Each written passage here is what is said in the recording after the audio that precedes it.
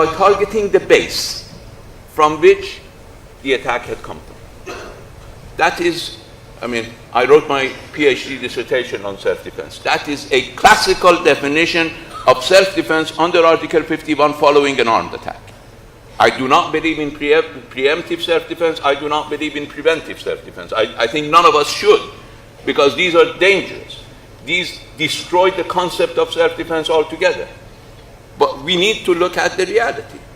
Now, the United States accused Soleimani of trying to wage a war against the United States by hitting 4 of its embassies.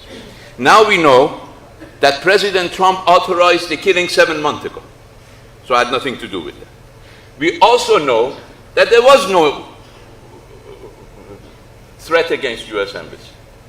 And I can tell you that Soleimani went to Iraq not only to deliver a diplomatic message to the Prime Minister of Iraq, but also to calm down the Iraqis who were enraged by the United States killing 25 Iraqi members of Iraqi armed forces for the killing of 1 US contract. You call that proportionate?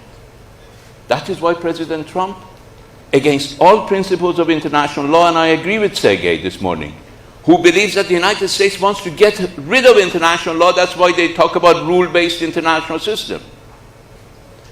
The principle of proportionality has been a principle of international law forever, as long as international law has been in existence. And President Trump says, we will respond this. नाज़रीन, दिल्ली में Raisina dialogue का दूसरा दिन है और ईरानी वज़ीर ख़ारजा जवाद ज़रीफ इस वक्त खिताब कर रहे हैं।